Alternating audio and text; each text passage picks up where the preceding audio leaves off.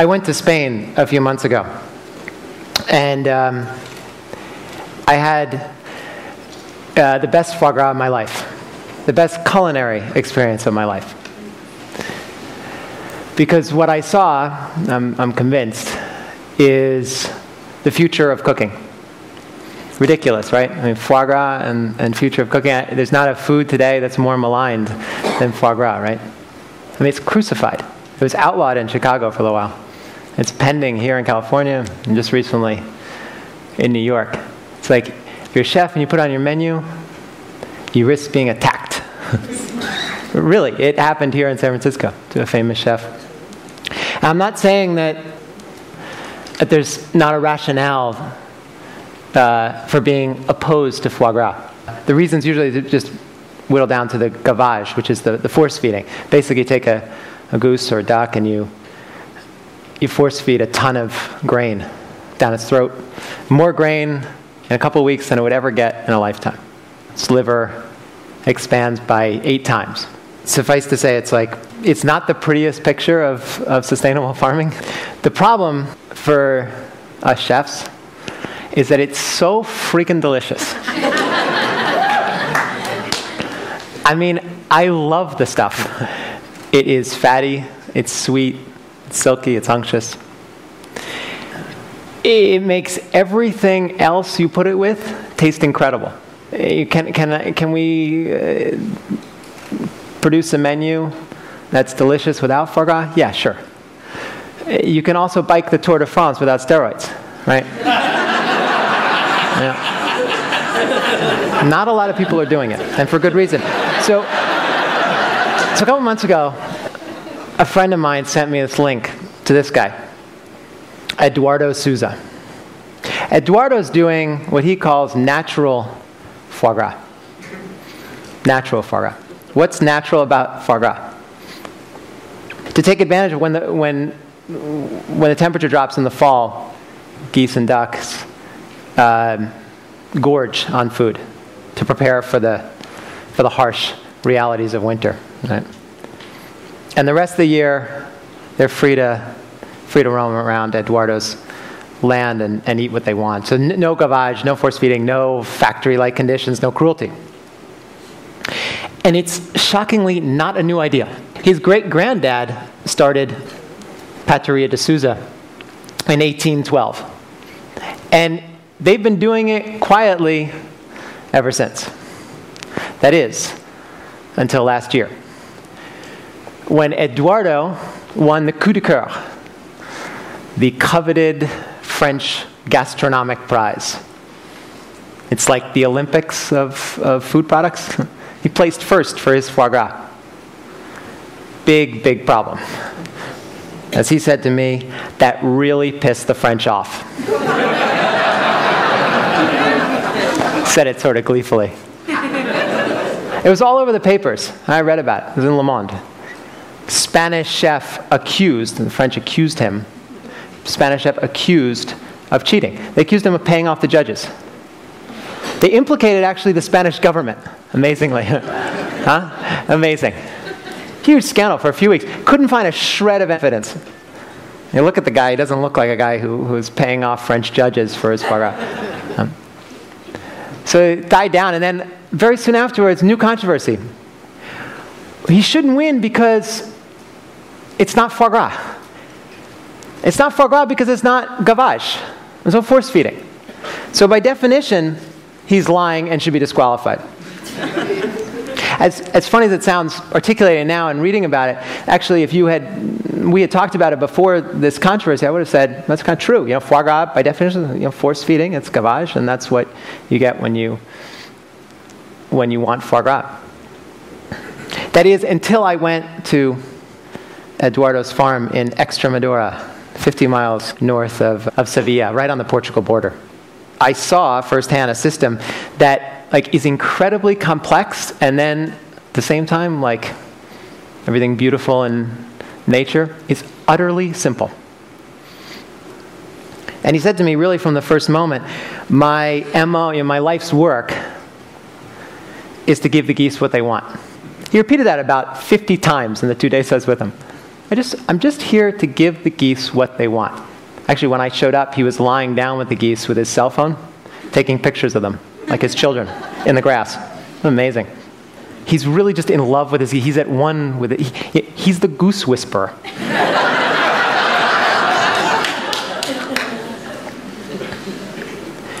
And when I was speaking to him, I thought, like I'm speaking to you now, right? But after, sort of in the middle of my questions, my excited questions, because the more I got to know him and his system, the more excited this whole idea became, he kept going like this to me. And I thought, okay, excited Jew from New York, right? I'm talking a little too aggressively, whatever. So, I slowed down. And finally, by the end of the day, I was like, Eduardo, like this. But he was still going like this. And I figured it out. And I was speaking too loudly. So I hushed my voice. I kind of asked these questions and chatted with him through a translator in kind of half whisper. And he stopped doing this, and amazingly, the geese who were on the other side of the paddock when I was around, get the hell away from this kid, when I lowered my voice, they all came right up to us. Right up to us, right up to here, right along the fence line. And the fence line was amazing in and of itself. The fence, this conception of fence that we have, it's totally backward with him. The electricity on this fiberglass fence is only on the outside. He rewired it. He invented it. I've never seen it. Have you? You fence in animals. You electrify the inside. He doesn't. He electrifies only the outside. Why? Because he said to me that he felt like the geese, and he proved this actually, not just a conceit. He proved this, that the geese felt manipulated when they were imprisoned in their little paddock. Even though they were imprisoned in this Garden of Eden with figs and olives and everything else, he felt like they felt manipulated. So he got rid of the electricity, got rid of the current on the inside, and kept it on the outside so to protect them against coyotes and other predators. And what happened? They ate, and he showed me on a chart how they ate about 20% more feed to feed their livers. The landscape is incredible. I mean, his farm is incredible. It really is the Garden of Eden. There's figs and olives and everything else there for the taking. And it's the irony of ironies because Extremadura, the area, what does Extremadura mean? Extra hard land, right? Extra difficult, extra hard. But over 4 generations, he and his family have literally transformed this extra hard land into a tasting menu of great delights for these geese. And they are allowed to take whatever they want. Another irony, the double irony, is that on the figs and the olives, Eduardo can make more money selling those than he can the foie gras. He doesn't care. He lets them take what they want, and he says, usually, it's about 50%. They're very fair. The other 50%, he takes and he sells and he makes money on. Part of the income for his farm, a big part of his income for his farm. But he never controls it. They get what they want, they leave the rest for me, and I sell it. His biggest obstacle, really, was the marketplace, which demands these days bright yellow foie gras. That's how I've been trained. You want to look and see what good foie gras is, it's got to be bright yellow. It's the indication that it's best foie gras. Well, because he doesn't force feed, because he doesn't gavage tons of corn, his livers were pretty gray, or they were. But he found this wild plant called the lupin bush. Lupin bush, it's all around Extremadura. He let it go to seed. He took the seeds, he planted it on his 30 acres, all around. And the geese love the lupin bush, not for the bush, but for the seeds. And when they eat the seeds, their foie gras turns yellow. Radioactive yellow. Bright yellow. Of the highest quality foie gras yellow I've ever seen. So I'm listening to all this, and I'm like, is this guy for real? Is he making some of this up? Is he like, what? Because he seemed to have an answer for everything, and it was always nature. It was never him. It was always like, and I always like, I don't know, I always get a little like weirded out by people who deflect everything away from themselves, because really like they want you to look at themselves, right? But he deflected everything away from his ingenuity into working with his landscape. So it's like, here I am like on the fence about this guy, but increasingly eating up his every word. And we're sitting there, and I hear, like from a distance, I look over, and he grabs my arm, and the translator, and ducks us under a bush. Says, "Watch this." Shh. Says again, for the 500th time to me, "Shh, watch this." There's a squadron of geese come over. And they're loud, getting louder, louder, louder, like really loud right over us. And like airport traffic control, as they start to go past us, they're called back. Shh. And they're called back and back and back. And then they circle around. And his geese are calling up now to the wild geese. And the wild geese are calling down. And it's getting louder and louder. And then they circle and circle and they land. And I'm just like, no way. No way. And I look at Eduardo, who's near tears looking at this. And I say, "You're telling me that your geese are calling to the wild geese to say, 'Come for a visit'?" And he says, no. They come to stay. They come to stay? It's like the DNA of a goose is to fly south in the winter, right? I said that. I said, "Isn't that what they're put on this earth for? Fly south in the winter and north when it gets warmer?" I said, no. Their DNA is to find the conditions that are conducive to life, to happiness.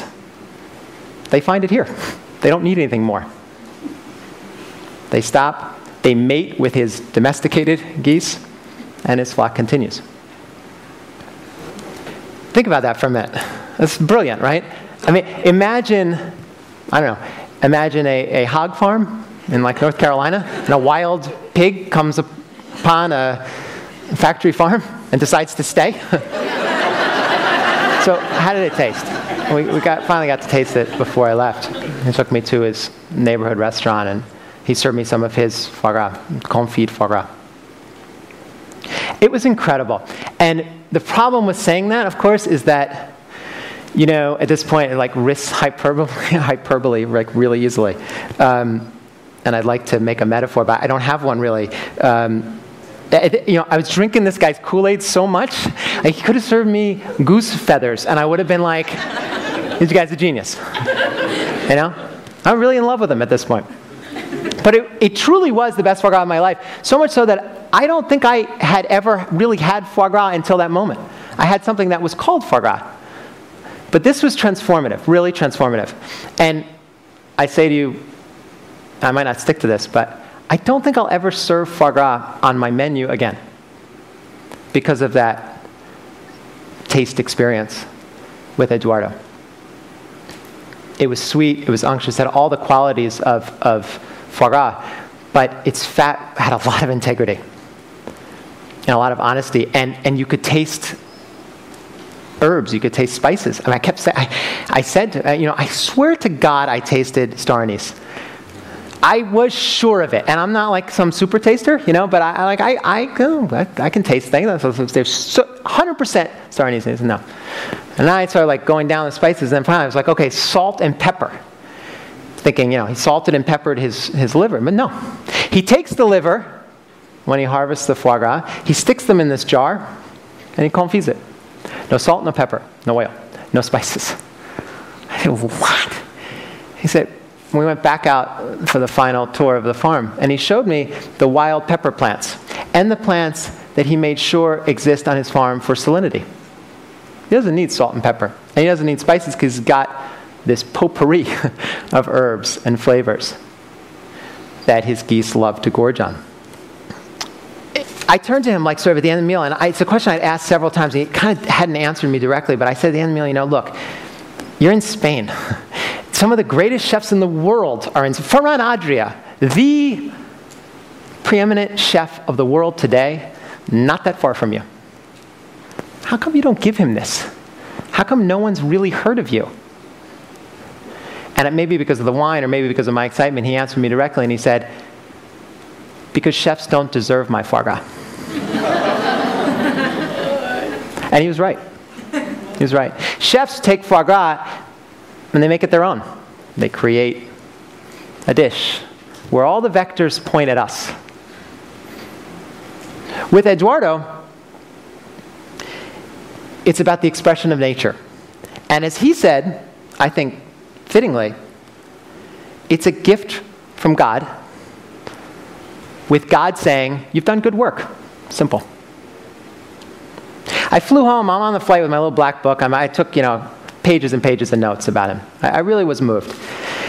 And in the corner of one of my notes is this note that says, when asked, what do you think of conventional foie gras? What do you think of foie gras that 99.9999% of the world eats? He said, I think it's an insult to history. And I wrote, insult to history.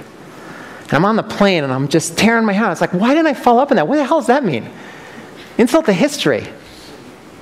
So I did some research when I got back. And here's what I found. The history of foie gras. Jews invented foie gras. True story. True story. By accident. They were looking for an alternative to schmaltz. Gotten sick of the chicken fat. They're looking for an alternative. And they saw in the fall that there was this natural, beautiful, sweet, delicious fat from geese. And they slaughtered them and used the fat throughout the winter for cooking. The Pharaoh got wind of this. This is true. Right off the internet. The Pharaoh got... I swear to God. Pharaoh got wind of this and wanted to taste it. He tasted it, fell in love with it. He started demanding it. And he didn't want it just in the fall. He wanted it all year round. And he demanded that the Jews supply enough for everyone. And the Jews, fearing for their life, had to come up with an ingenious idea, or at least try and satisfy the Pharaoh's wishes, of course. And they invented what? Gavage. They invented gavage in a great moment of fear for their lives. And they provided the Pharaoh with gavaged liver and the good stuff they kept for themselves, supposedly anyway. I believe that one. That's the history of foie gras. And if you think about it, it's the history of industrial agriculture. It's the history of what we eat today. Most of what we eat today. Mega farms, feedlots, chemical amendments, long-distance travel, food processing, all of it, our food system. That's also an insult to history. It's an insult to the basic laws of nature and of biology. Whether we're talking about beef cattle, or we're talking about chickens, or we're talking about broccoli, or Brussels sprouts, or, in the case of this morning's New York Times, catfish, which wholesale going out of business. Whatever it is, it's a mindset that is reminiscent of General Motors. It's rooted in extraction. Take more, sell more, waste more. And for the future, it won't serve us. Jonas Salk has a great quote. He said, if all the insects disappeared, life on Earth as we know it would disappear within 50 years. If human beings disappeared, life on Earth as we know it would flourish. And he's right. We need now to adopt a new conception of agriculture. Really new. One in which we stop treating the planet as if it were some kind of like business in liquidation. And stop degrading resources under the guise of cheap food. We can start by looking to farmers like Edoardo, farmers that rely on nature for solutions, for answers, rather than imposing solutions on nature. Listening, as Janine Daniels, one of my favorite writers and thinkers about this topic, says, listening to nature's operating instructions. That's what Edoardo does, and does so brilliantly. And what he showed me, and what he can show all of us, I think, is that the great thing for chefs, the great blessing for chefs, and for people that care about food and cooking, is that the most ecological choice for food is also the most ethical choice for food, whether we're talking about Brussels sprouts or foie gras.